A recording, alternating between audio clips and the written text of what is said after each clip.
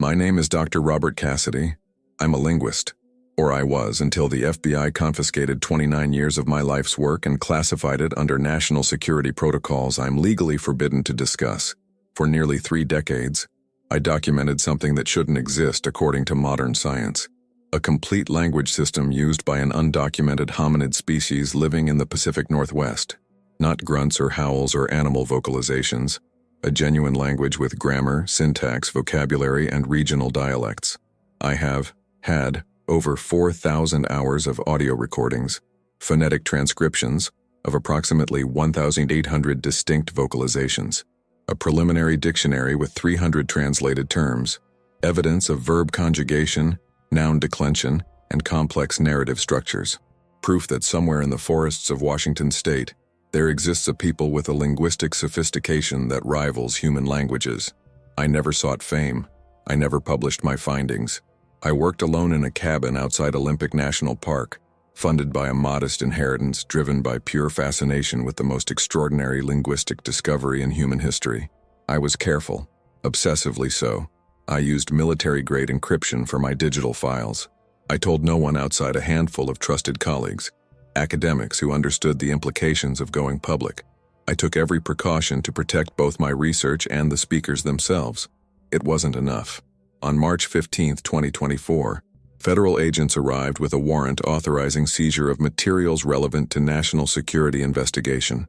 They took everything, every recording, every transcription, every analysis. 29 years of documentation, loaded into unmarked trucks and driven away. They told me I was forbidden from discussing my research, that my work had been classified, that further investigation into these phenomena would constitute a federal crime. They gave me a phone number to call if I had questions and a legal document threatening prosecution if I spoke publicly. Then they left me in my cabin with empty file cabinets and a single question. What did I discover that was dangerous enough to warrant this response? The answer, I've come to realize, is terrifying in its simplicity. I proved they're people. Not animals, not cryptozoological curiosities.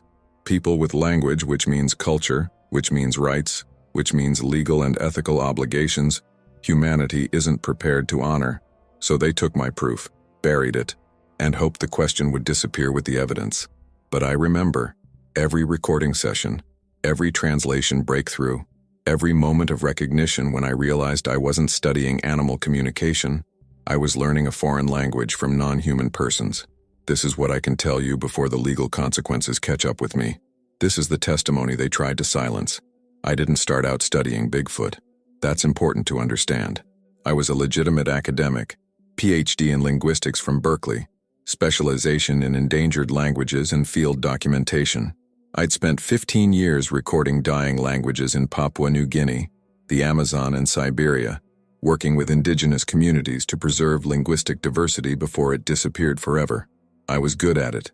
Patient, respectful, methodical. I understood that language isn't just communication. It's the architecture of thought, the container of culture, the thing that makes a group of individuals into a people. In 1995, I took a sabbatical year to recover from hepatitis I'd contracted in the Amazon. I rented a cabin outside Port Angeles, Washington.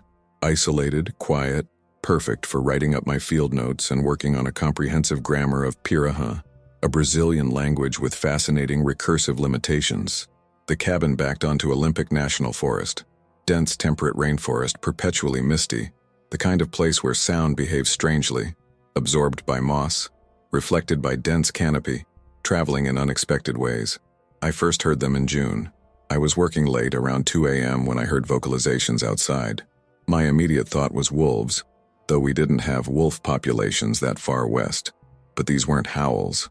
They were structured, patterned, call and response across distance with distinct phonemes I could identify even without training.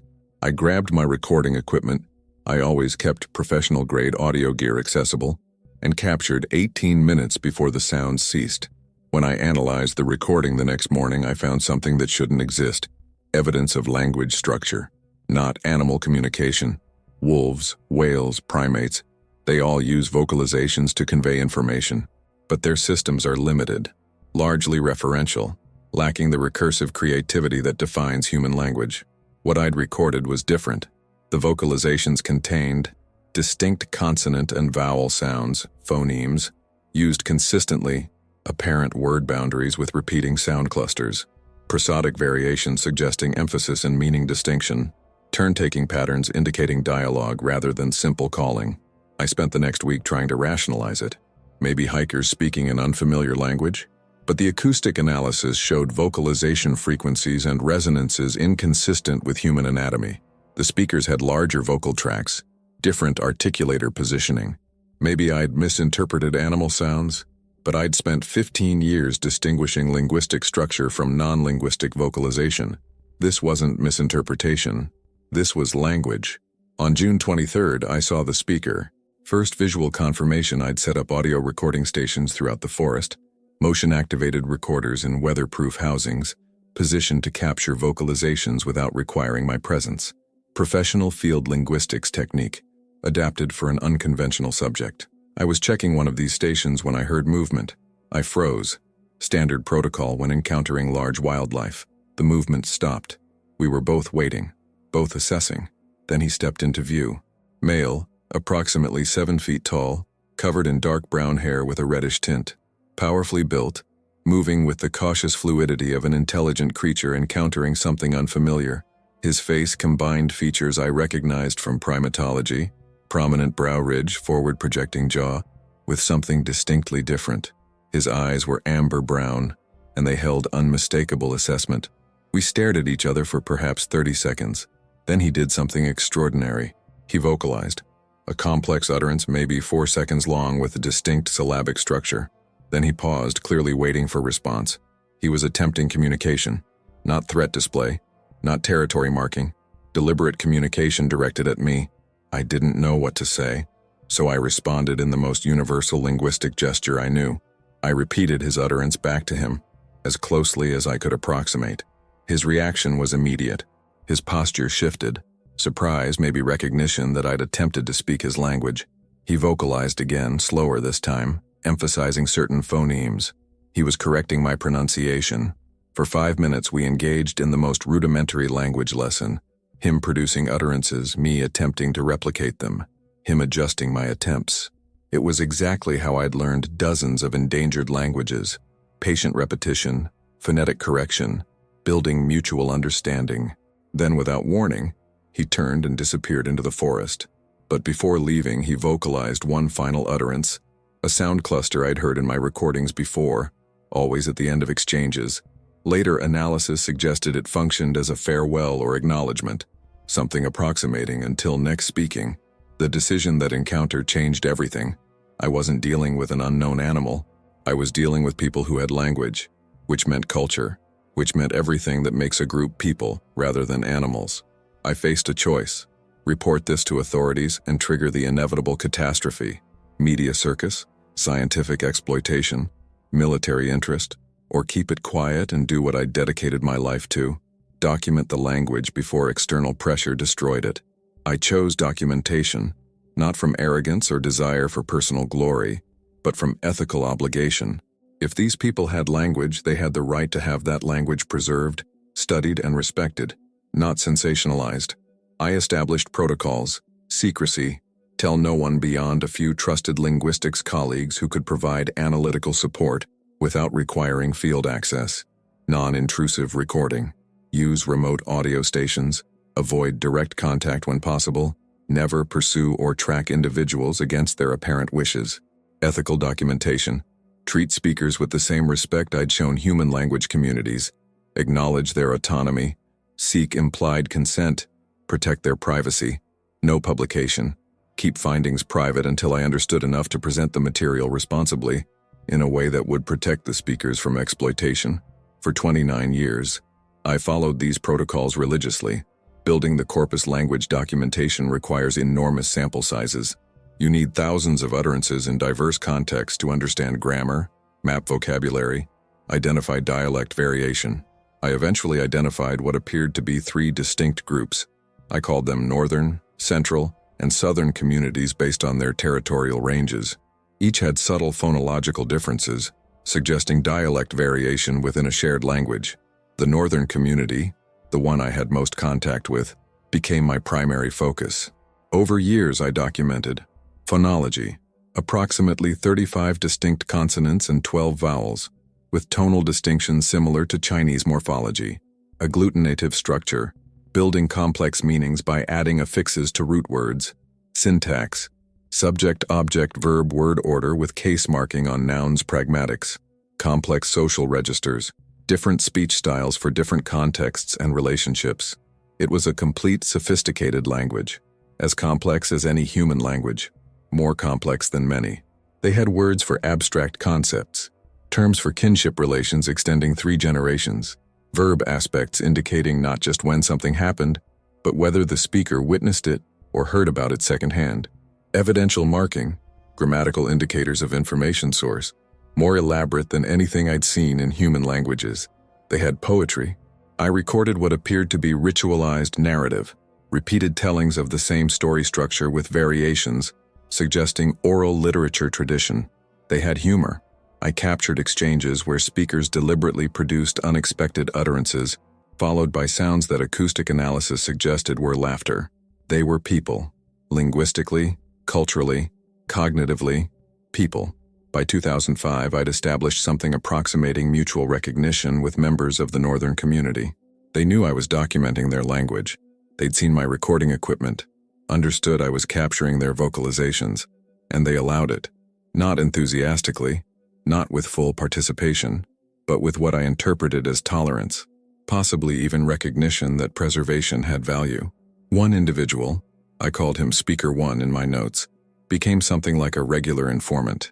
He'd occasionally approach my cabin at night and produce extended vocalizations near my recording equipment, clear, deliberate utterances that seemed designed for documentation. He was helping me, consciously providing linguistic data. I tried to reciprocate. I'd leave gifts, salt, which they seemed to value highly, metal tools, medical supplies. I'd warn them when hiking activity increased in their territory. I tried to be useful without being intrusive. In 2008, Speaker 1 brought someone else, a juvenile, maybe equivalent to a human 10-year-old. The interaction was clearly pedagogical. Speaker 1 would produce an utterance, the juvenile would repeat it, Speaker 1 would correct pronunciation and emphasis. I was witnessing language instruction, intergenerational transmission of linguistic knowledge, the process that maintains languages across time. I recorded everything, my heart racing with the significance. This wasn't just evidence of language. This was evidence of culture, teaching, learning, preserving knowledge for future generations. The juvenile struggled with certain phonemes. Speaker 1 was patient, repeating examples, exaggerating articulation to demonstrate proper technique. It was exactly how human parents teach children to speak. After 30 minutes, Speaker 1 vocalized something toward my cabin. I interpreted it as acknowledgement or farewell, and they disappeared into the forest. That recording became one of my most precious pieces of evidence. Documentation of linguistic pedagogy in a non-human species. Proof that language wasn't just a communication tool for them, it was a cultural treasure worth preserving and transmitting. Translation breakthroughs. Translation is extraordinarily difficult without a bilingual informant or shared context. How do you learn what words mean when you can't ask questions? You observe context. You correlate vocalizations with situations. You build hypotheses and test them against new data. Over years, I identified several high-confidence translations. A specific sound cluster always preceded movement away from my recording stations, probably leaving or going. Another cluster appeared in contexts involving multiple individuals, likely a plural marker or collective pronoun. A particular utterance occurred consistently during what appeared to be food sharing, possibly give or here. Most significant, I identified what linguists call evidential markers, grammatical elements indicating how the speaker knows information. They had distinct forms for, I witnessed this directly, I heard this from someone else, I infer this from evidence, I believe this but am uncertain. This level of grammatical sophistication appears in only about 30% of human languages. It requires abstract thinking about knowledge itself, epistemological awareness embedded in grammar. They weren't just communicating immediate needs. They were discussing testimony, inference, and certainty. They were engaged in exactly the kind of complex social reasoning that defines human cognition. The first warning. In 2012, I received an unexpected visit from Dr. Patricia Huang, A colleague from my Berkeley days who'd become involved in primate conservation. I'd sent her audio samples years earlier, asking for analysis without providing context. She arrived at my cabin visibly shaken. "Rob, what the hell are you working on?" "A documentation project. Why?" "I showed your recordings to 3 phoneticians and 2 primatologists. Everyone agrees. These vocalizations show language structure, but the acoustic properties don't match any known primate. The vocal tract dimensions are wrong for humans, gorillas, chimps, everything." "What did you tell them about the source?" "Nothing. I said they were recordings of an unknown origin." "But Rob, people are asking questions. If this data gets wider circulation, there will be investigations. Where did these recordings come from?" I'd been careful, but not careful enough. Even anonymized audio samples could trigger academic curiosity. "Pat, I need you to do something for me. Tell people you made a mistake, that the recordings were manipulated audio from a student project. Discredit the material. You're asking me to lie to colleagues. I'm asking you to protect something that needs protection. If the source of these recordings becomes known, the speakers will be endangered, horribly, irrevocably endangered." She studied me. "What did you find, Rob?" I couldn't tell her. Wouldn't tell her. "Something that needs to stay hidden. Please. Tell people it was a hoax. Take the professional hit. I'll make it up to you somehow." She didn't want to, but she trusted me enough to follow through. She published a retraction, claiming the audio samples had been compromised and unreliable. It killed the academic interest, but it also made me realize even careful anonymization wasn't enough. The linguistic properties alone were distinctive enough to raise questions. I needed absolute secrecy. The archive. By 2015, I had what I considered a complete draft grammar of the Northern dialect. Over 4,000 hours of audio, phonetic transcriptions, morphological analyses, preliminary translations, comparative notes on dialect variation. It was comprehensive enough to publish, if I'd been willing to expose the speakers. I wasn't. So instead I focused on preservation. I created redundant copies of everything, encrypted hard drives hidden in multiple locations, cloud storage under false credentials, physical transcriptions in weatherproof containers cached throughout the forest. I was preparing for my own death. At some point I'd be gone, and this knowledge would die with me unless I preserved it. But I also needed to protect it from premature discovery. So I created a system, sealed documentation that would be released to specific linguistics archives only after my death, with instructions that materials be kept confidential for 25 years after release to allow for careful analysis before public disclosure. It wasn't perfect, but it was the best solution I could devise. Preserve the knowledge without immediately endangering the speakers. I established a will designating 3 trusted colleagues as executors. I briefed them minimally, enough to know the materials existed and were significant, not enough to endanger them with knowledge of specifics. I thought I was being prudent. I thought I'd protected the work. I was wrong. The surveillance, I don't know when federal monitoring began, probably years before I noticed. The first clear indication came in January 2024. I'd driven to Seattle for supplies, a rare trip, maybe once every 2 months. When I returned, subtle things were different in my cabin. Books slightly misaligned, file cabinets that closed differently, my computer booting up with fractionally different timing. Someone had been inside, professionally, looking for something. I checked my security cameras. I'd installed them years earlier, hidden, recording to encrypted storage. The footage showed 2 individuals entering while I was gone. They'd bypassed my locks effortlessly, photographed documents, installed something on my computer. Government. Had to be. The technical sophistication, the legal confidence to enter a private residence. This wasn't random burglary. They were investigating me, which meant someone had reported my work or they'd intercepted communications or surveillance of the area had detected anomalies. I didn't panic. I'd prepared for this possibility. I immediately enacted my security protocols, moved all critical files to offline storage, encrypted everything with military-grade algorithms, destroyed potentially compromising materials. But I knew it was temporary. If federal agencies were interested, they had resources I couldn't match. It was just a matter of time. The raid came on March 15, 2024 at 6:47 a.m. I was making coffee when I heard vehicles, multiple engines, approaching fast. I looked out to see 4 black SUVs and a tactical van pulling up to my cabin. Agents deployed with practiced efficiency. FBI. according to the identifications they showed me. 12 personnel, several carrying equipment cases. The lead agent was a woman in her 40s, Special Agent Sarah Morrison. She handed me a warrant while her team immediately began entering my cabin. Dr. Cassidy, we have authorization to seize materials related to an ongoing national security investigation. We'll need you to remain outside during the search. National security? I'm a linguist. I study languages. Dr. Cassidy, we're aware of the nature of your research. The materials you've collected fall under classified protocols. You'll be given opportunity to contest this seizure, but for now, everything related to your audio documentation must be secured. They were efficient and thorough.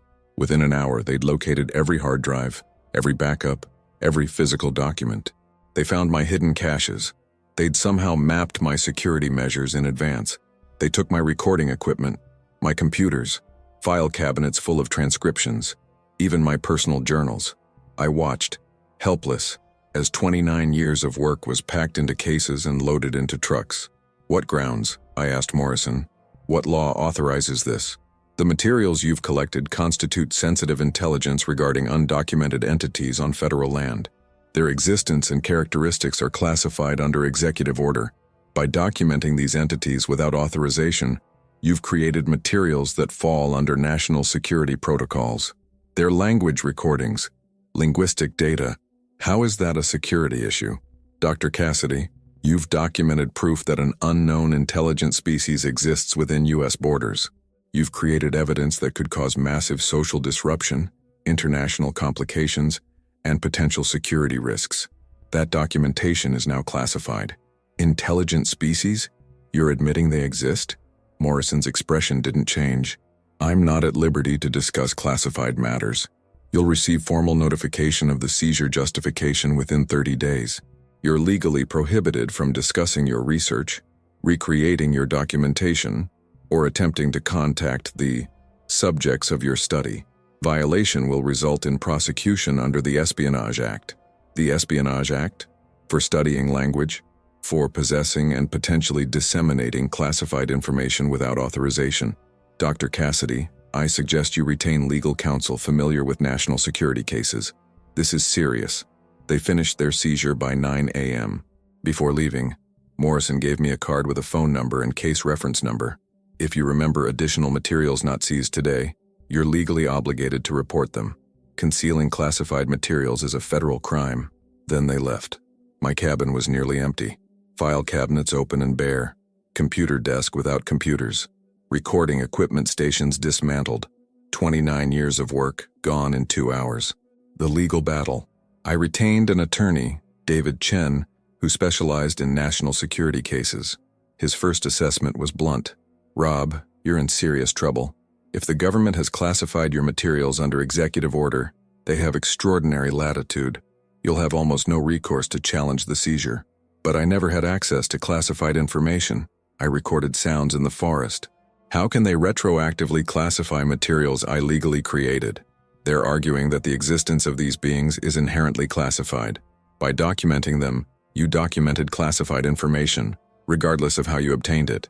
It's legally questionable, but national security law gives the government enormous power. Can we fight it? We can try, but it'll take years, cost hundreds of thousands of dollars, and probably fail. The government will argue that disclosure of your materials would harm national security. The judge will likely defer to executive authority. So they just steal my life's work and there's no recourse? Welcome to national security law. It's not designed to be fair. It's designed to protect government interests. What they found, over the following weeks, through channels I can't specify, I learned what happened to my recordings. They were analyzed by a classified team. Linguists, intelligence analysts, anthropologists, military specialists. The team confirmed what I'd documented. Conclusive evidence of language in a non-human species. But instead of celebrating this discovery, instead of making it public as the extraordinary scientific finding it represented, they did something else. They classified everything, buried it, and began a systematic program to suppress any similar discoveries. Because here's what I realized they understood. Proving that an intelligent non-human species exists within U.S. borders creates impossible problems. Legal problems. Do they have rights? Are they protected under the Constitution?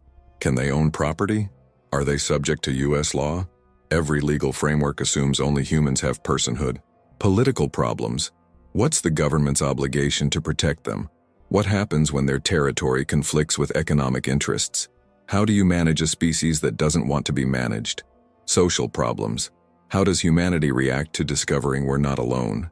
What happens to religious frameworks built on human exceptionalism? How do different groups weaponize this knowledge for their own agendas? Intelligence problems. What if other nations try to study or capture them? What if they have knowledge or abilities humanity wants to exploit? How do you prevent a species from becoming a military or commercial target? Easier to bury it. Classify the evidence. Threaten researchers who get too close.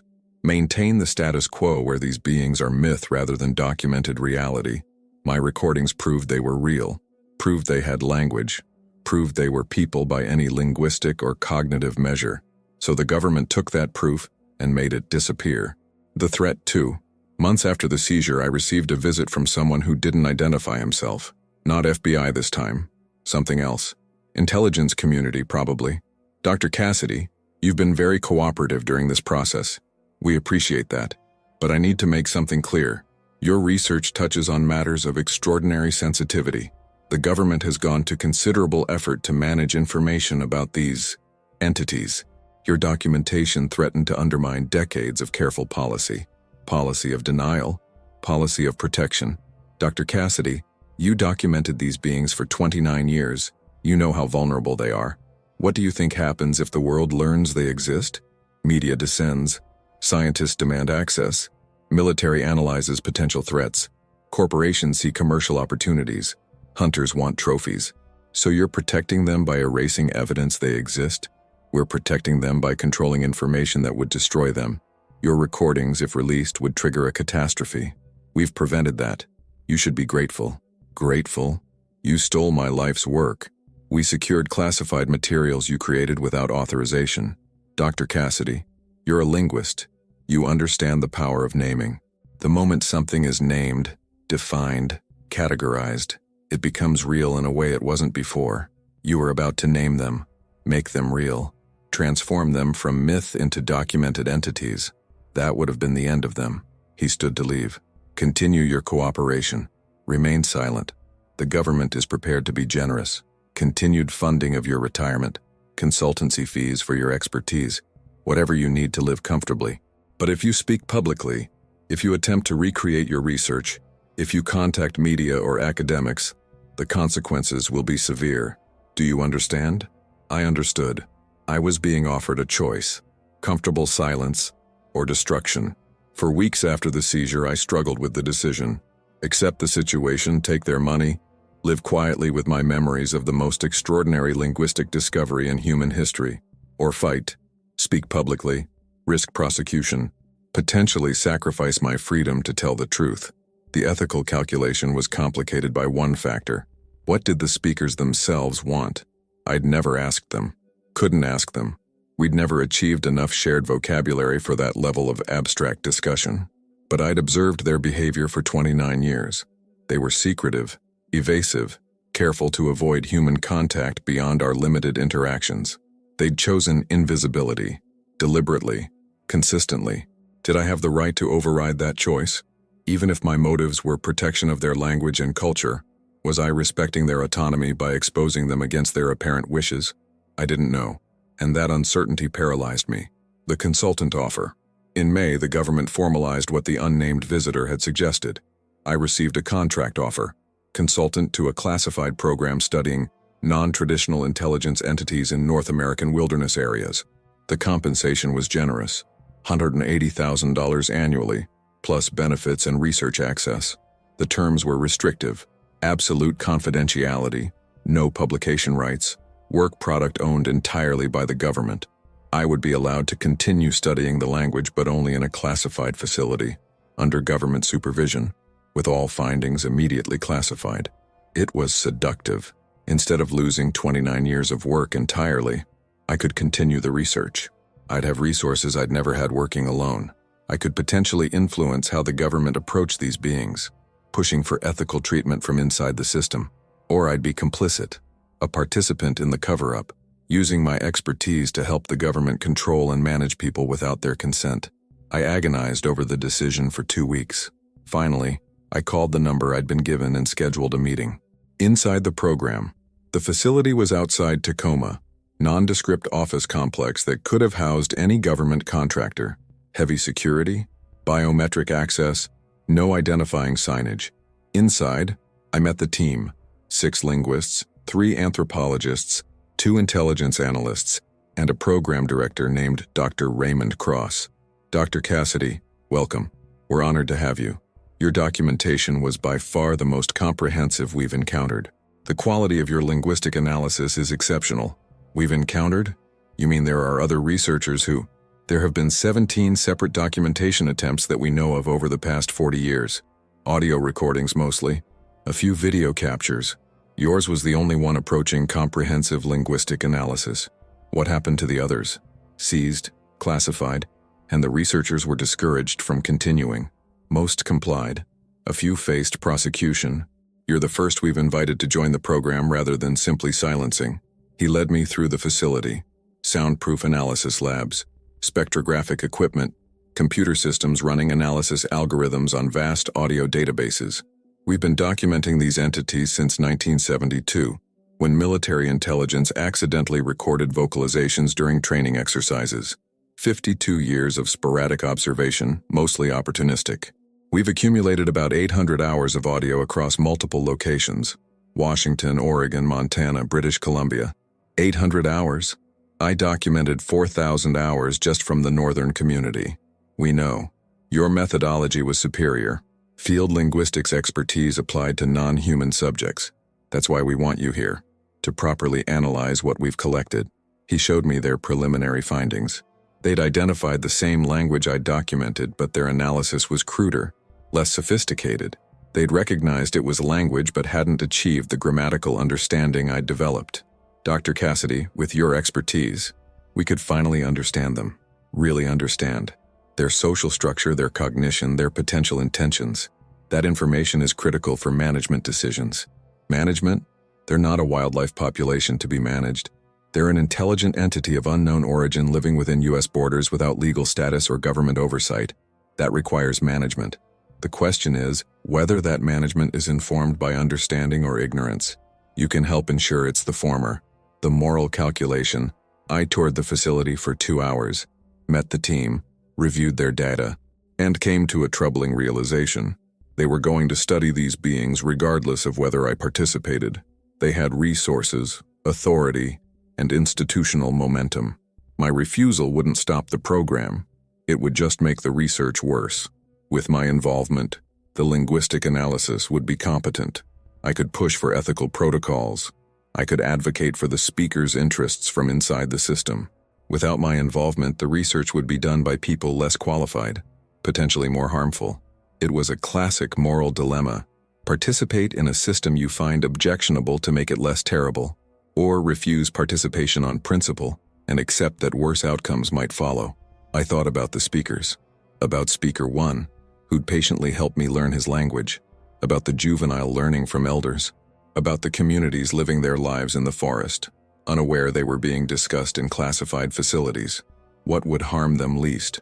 My cooperation with a program that would continue regardless, or my refusal on principle, knowing it wouldn't stop anything? I made my decision. The refusal. Dr. Cross, I appreciate the offer, but I can't accept. His expression hardened slightly. Dr. Cassidy, I'd encourage you to reconsider. This is an opportunity to continue your life's work under ideal conditions.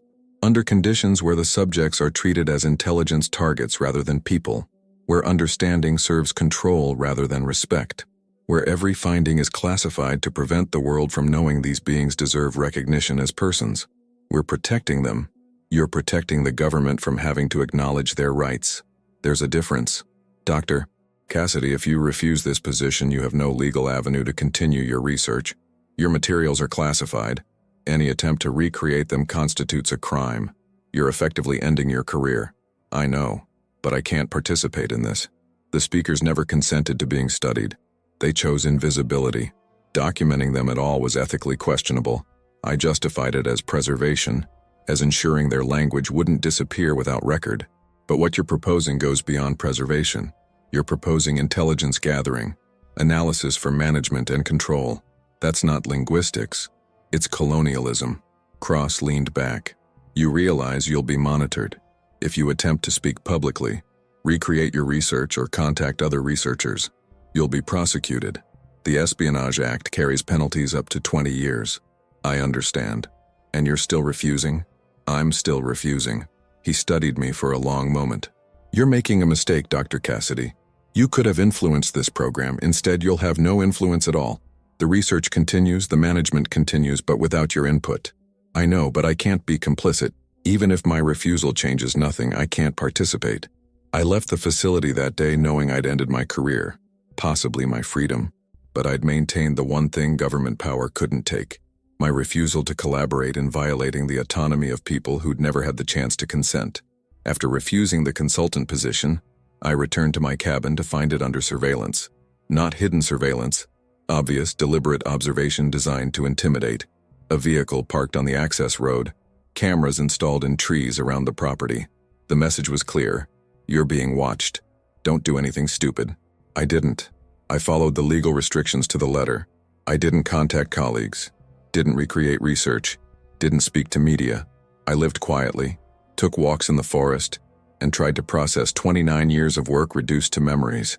But I also watched and listened, because they couldn't stop me from going into the forest, couldn't prevent me from hearing vocalizations I'd spent 3 decades learning to recognize. And what I heard troubled me deeply. Changes in the community. The northern community's vocal patterns were changing. I didn't need recording equipment to notice. I'd internalized their language well enough to recognize shifts. They were more agitated. Vocalizations were more frequent, at unusual times, with prosodic patterns suggesting alarm or concern. The calm, measured exchanges I'd documented for years were being replaced by something more urgent. They knew something was wrong. I couldn't know exactly what they perceived, but the timeline was suggestive. The federal program had increased activity in the region after seizing my materials. More observation teams, more recording stations, helicopters conducting aerial surveys. The community was responding to increased human presence, and their response suggested fear. In June, I witnessed something I'd never seen in 29 years. A daytime vocalization near my cabin. Speaker 1, I recognized his distinctive voice immediately, produced a series of utterances that, based on my knowledge of the language, approximated human watcher, much danger, community must leave. He was talking about me, or about humans generally, telling others they needed to evacuate. I'd spent 29 years documenting their language, and now that language was being used to coordinate evacuation from territory they'd occupied for generations. My documentation had triggered the government interest that was now displacing them. The bitter truth: I'd thought I was preserving their language, protecting cultural knowledge that might otherwise be lost. I'd justified my documentation as a form of respect, recognizing their linguistic sophistication, treating them as people worthy of study. But in reality, I'd created the evidence that enabled government intervention. My recordings proved they were intelligent, which made them interesting to security agencies. My linguistic analysis demonstrated they were people, which created legal and policy problems the government solved through classification and control. I'd documented them into visibility, and visibility had destroyed their peace. The ethical calculation I'd made 29 years ago, that preservation justified documentation without consent, had been wrong, catastrophically wrong. Because I'd assumed I could control my research. I'd assumed secrecy would protect the speakers. I'd assumed my good intentions would prevent harmful outcomes. I'd been naive. Power doesn't care about intentions.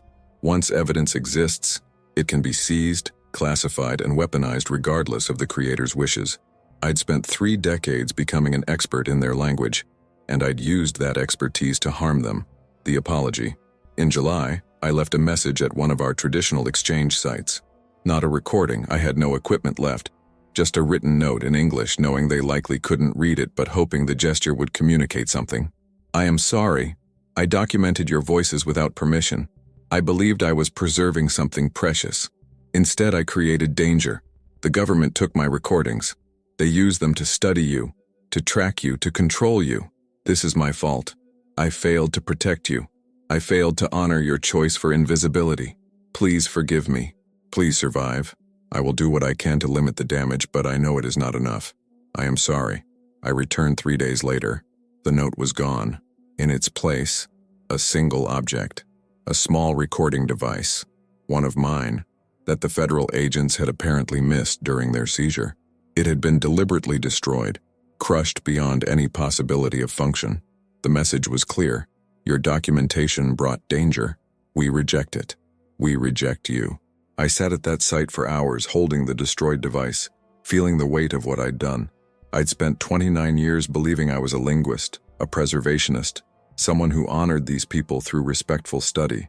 In reality, I'd been a threat, a colonizer with good intentions but harmful impact, someone who'd prioritized academic curiosity over the autonomy and safety of the people I claimed to respect. The speakers had trusted me. Speaker 1 had helped me learn the language. The community had tolerated my presence, and I'd repaid that tolerance by creating documentation that enabled government surveillance and harassment. There was no redemption from this, no way to undo 29 years of recorded data now in government hands, no apology adequate to the harm I'd caused. What the government did through careful inquiry, conversations with colleagues who'd heard rumors, analysis of public records, piecing together fragments, I learned what happened to my recordings. The classified program didn't just analyze them, they weaponized them. Using my phonetic transcriptions, they developed computer algorithms to detect vocalizations in real time from sensor networks throughout the Pacific Northwest. My 29 years of documentation became the training data for automated surveillance systems. They created synthetic vocalizations, computer-generated speech in the language I documented, and tested whether these artificial calls elicited responses. They were attempting to communicate, to manipulate, to control through linguistic interference. They used dialect analysis I'd painstakingly developed to identify distinct communities and track movement patterns. My research on regional variation became intelligence for population monitoring. Most disturbing, they were training field agents to recognize basic vocalizations, creating a standardized curriculum using my phonetic analyses, building capacity for humans to understand enough of the language to interpret overheard conversations. Everything I documented with the intent of preservation was being used for surveillance. My linguistic research, work I'd believed was value neutral, motivated by pure academic curiosity and respect for language diversity, had become a tool of control. This left me with the fundamental question: was linguistic documentation of the speakers ever ethical? I'd told myself yes. I'd convinced myself that preserving the language justified the lack of explicit consent. That documentation served the speakers' interests, even if they didn't understand those interests. But that reasoning was exactly how colonialism has always justified itself. We're helping them. We're preserving their culture. We're acting in their best interests. Always with the assumption that we, the documenters, the powerful, know better than they do what serves them. The truth: if a people choose invisibility, documenting them violates that choice. Even well-intentioned documentation, even preservation. The only ethical stance was the one I'd rejected. Leave them alone. Absolutely. Completely. Honor their invisibility by maintaining it rather than penetrating it. But I hadn't done that. I'd prioritized linguistic knowledge over their autonomy, and now they were paying the price. My story leaked in August. Not through me. I'd maintained absolute silence, terrified of prosecution. But someone inside the program talked to a journalist, probably someone who disagreed with the classification policy. The Washington Post ran a front-page story. Government conceals evidence of intelligent species in Pacific Northwest, seizes researchers' life work. The article was careful, well-sourced, and devastating. It described the seizure of my recordings, the existence of a classified program studying undocumented hominid entities, and the government's 40-year policy of suppressing evidence. The public response was immediate and overwhelming. Believers, cryptozoology communities celebrated vindication. We told you we were right all along. Decades of dismissed sightings and ridiculed claims suddenly had government confirmation. The tone was triumphant, often ignoring the serious ethical questions about how to respond to the discovery. Scientists, the academic community was divided. Some demanded immediate access to the classified materials for peer review. Others argued for caution, emphasizing the need for ethical protocols before any study. A vocal minority claimed the entire story was misinformation designed to discredit legitimate research. Government official response was predictably evasive. We can neither confirm nor deny the existence of classified programs. National security concerns prevent detailed comment. The reported seizure was conducted under appropriate legal authority. Nobody in power would admit the truth. Yes, they exist. Yes, we've known for decades. Yes, we've been hiding it. Public opinion polls showed Americans deeply conflicted. 47% wanted full disclosure. 32% supported continued classification for security reasons.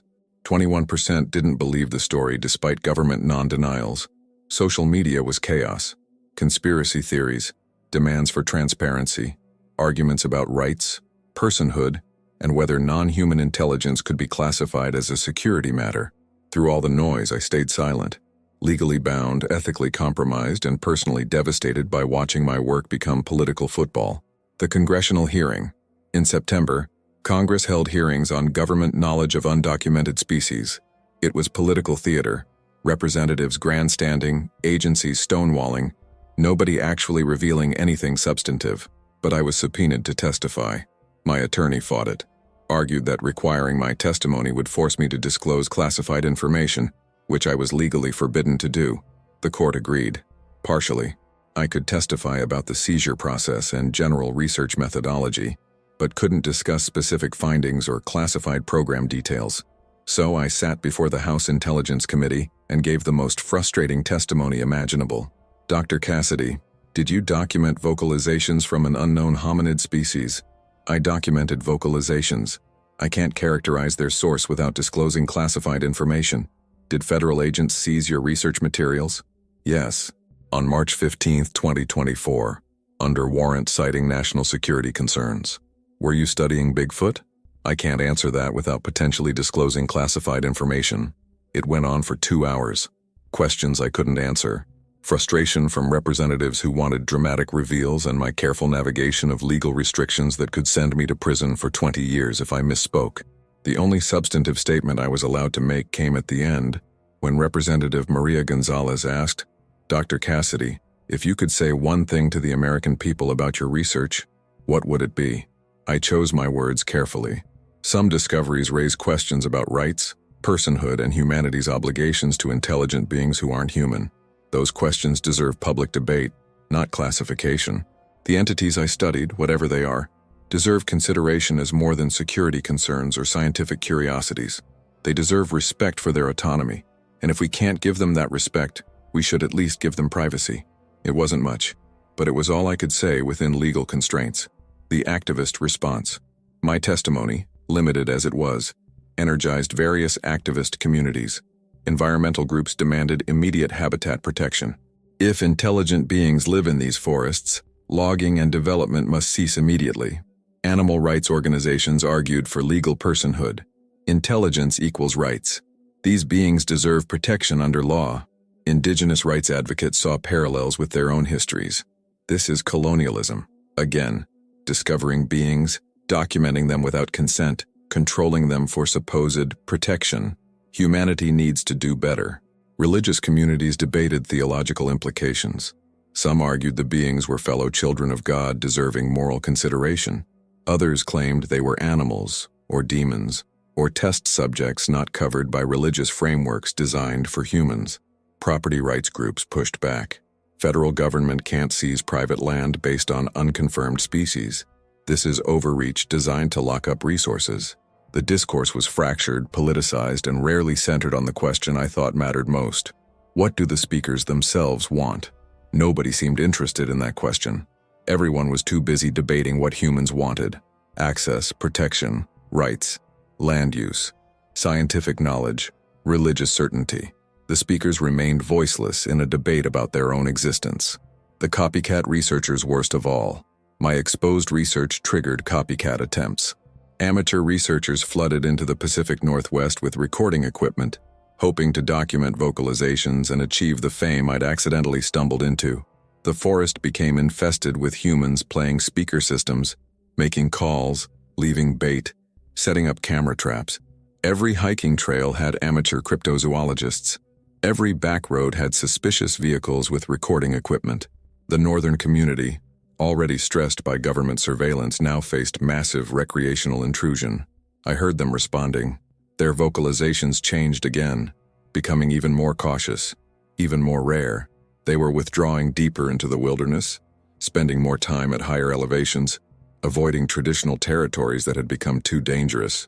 My documentation had triggered a gold rush of amateur research that was destroying the very thing everyone claimed to want to protect. In October, a group of college students captured brief audio of vocalizations and posted it online. The recording was low quality, barely distinguishable, but within hours it had 2 million plays. The students gave interviews, sold rights to media companies, and inspired dozens more expeditions. The speaker's language, the thing I'd spent 29 years respectfully documenting, was becoming entertainment, content, a resource to be exploited for clicks and fame. I wanted to scream at everyone, "Stop, leave them alone. Your curiosity is destroying them." But I couldn't. Legal restrictions silenced me, and even if I could speak, would anyone listen? Contact from the program. In November, Dr. Cross called me. Unexpected, uninvited. "Dr. Cassidy, you're aware of the current situation, the increased amateur activity, the habitat disruption. This is exactly what we warned you about. What classification was designed to prevent. You're blaming me? Your seizure triggered the media attention. Your research existing triggered our seizure. Dr. Cassidy, we're calling because we need your help. The communities you studied are under stress. Their behavioral patterns suggest potential displacement or population collapse. We need someone who understands them to interpret what's happening. You want me to participate in the program I refused? We want you to help prevent a catastrophe. These beings are at risk. You may be the only person who understands their language well enough to assess their communications. Will you help?" It was manipulation, obvious manipulation, but it was also potentially true. If the speakers were in danger, I might be uniquely positioned to help. What exactly are you asking? Consult remotely. Review audio intercepts, provide linguistic analysis of their current vocalizations, help us understand if they're coordinating evacuation, experiencing social breakdown, or something else. You don't have to come to the facility. You don't have to be formally part of the program. Just help us understand so we can adjust our approach. And if I refuse, then we interpret their communications with less expertise, make worse decisions, potentially harm them through ignorance rather than understanding. The same moral calculation, participate in a system I find objectionable to make it marginally less harmful, or refuse on principle and accept worse outcomes. Send me the materials, I said finally. I'll review them. But Dr. Cross, you need to understand something. If my analysis suggests the best course of action is complete withdrawal of all human presence, I'll say that. And you need to actually listen. Agreed. The materials Dr. Cross sent were devastating. Audio intercepts from November showed the northern community in crisis. The vocalizations I'd spent decades learning to interpret now communicated panic, grief, and desperation. Based on my linguistic analysis, they were discussing leaving, not just changing camps, abandoning their entire territory. The phrase structure suggested finality, ending permanent, combined with territory ancestral. They were divided. Younger members advocated for immediate evacuation. Elders argued for staying, referencing multi-generational attachment to the territory. The dialogue had the prosodic markers of deep conflict. They'd suffered losses, multiple references to gone one or departed one, the euphemism I'd documented for death. I couldn't determine if deaths were natural or resulted from the increased human activity, but the frequency suggested higher than normal mortality. They knew about the documentation. In one exchange, I recognized Speaker One's voice saying something that approximately translated to, "Human watcher made permanent our speaking. Now many humans come pursuing." They understood.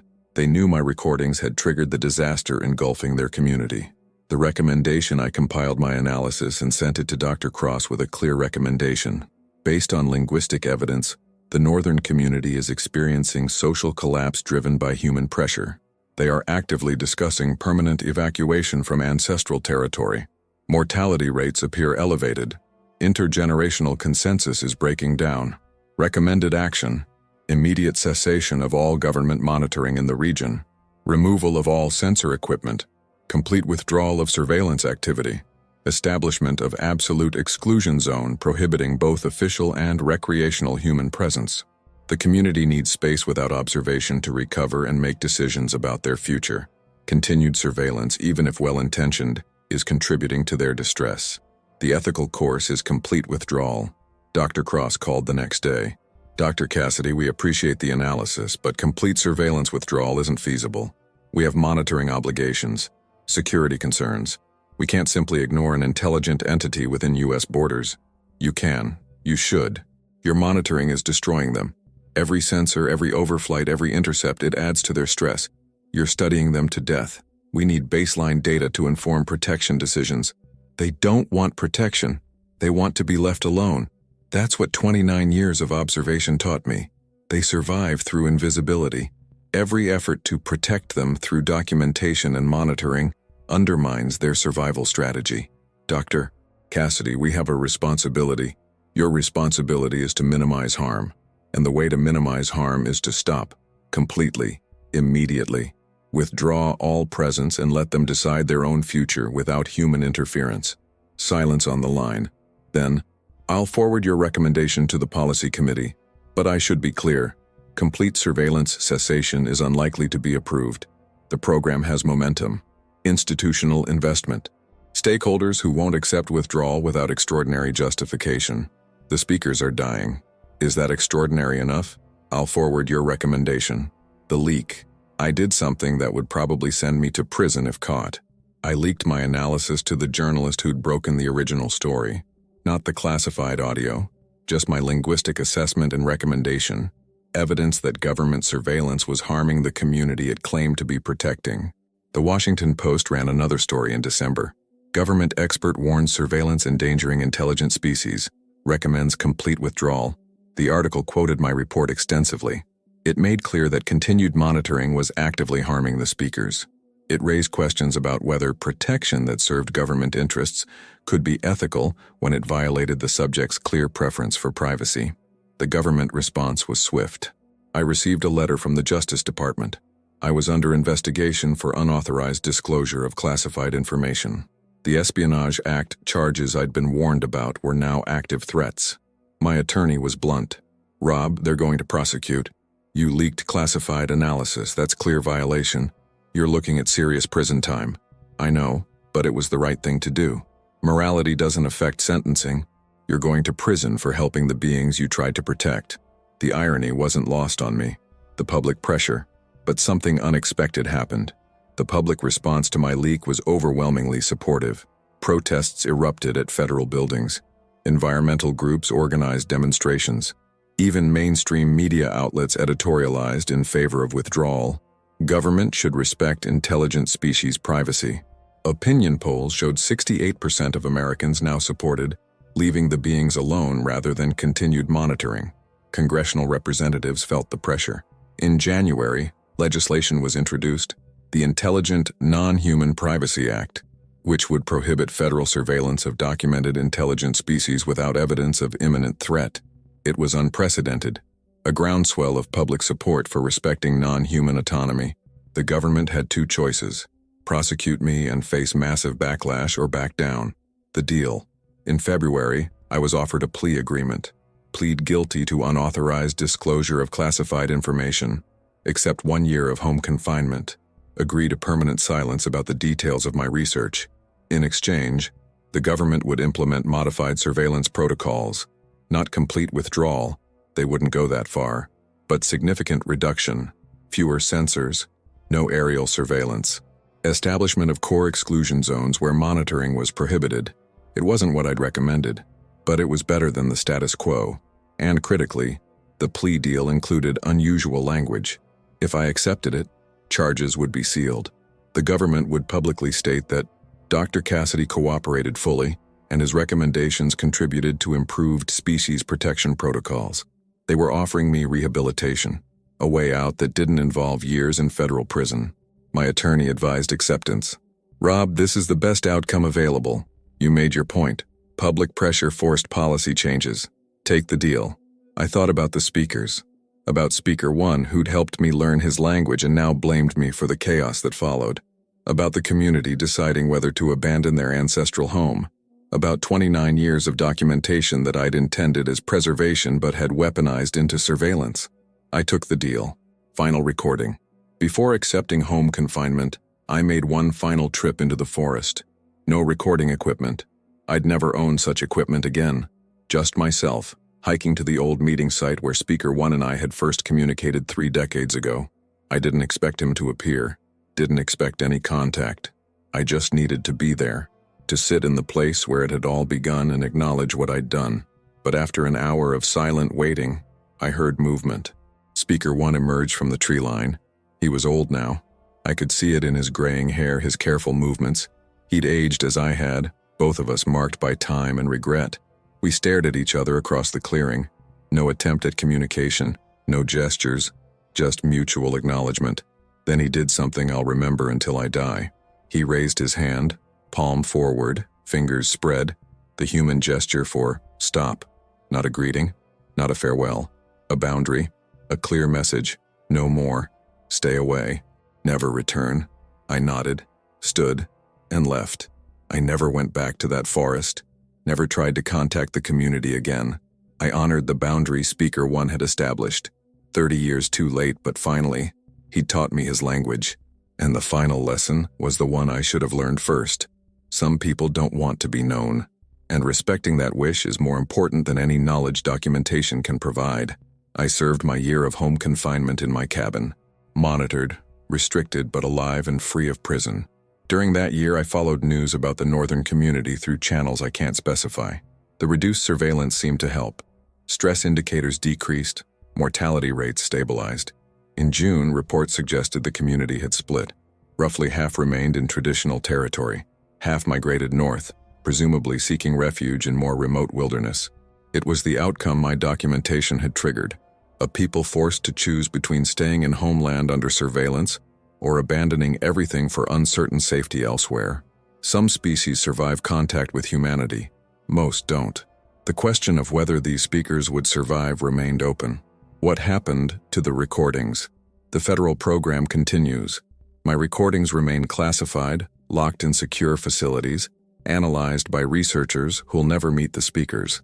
29 years of linguistic data, reduced to intelligence reports and policy recommendations. Occasionally, I'm consulted, always remotely, always under strict confidentiality, always with the understanding that my recommendations may be ignored. I've become the uncomfortable conscience of a program that knows it's ethically compromised but continues anyway, because institutions don't stop themselves. The recordings serve no linguistic purpose anymore. They're not preserving the language. The speakers still use it, still transmit it to new generations. They're not advancing scientific understanding in any public way. The findings are classified. They exist only as tools of surveillance and control. My preservation project became a weapons program. What I would do differently. People ask me if I regret the documentation, if I'd change my choices knowing the outcome. The honest answer, yes, completely, absolutely. I should never have recorded them, never have studied their language without consent, never have created documentation that could be seized and weaponized. I should have honored their invisibility, appreciated their language from the limited exposure of occasional overheard vocalizations, respected them enough to leave them alone. But I was arrogant. I believed linguistic knowledge justified documentation. I believed my good intentions protected me from harmful outcomes. I believed I could control information I created. I was wrong on every count. The only ethical choice would have been, leave no trace, document nothing, let them remain myth, preserve their language by preserving their invisibility. Instead, I proved they were real, and reality made them vulnerable. The precedent. My case established legal precedent.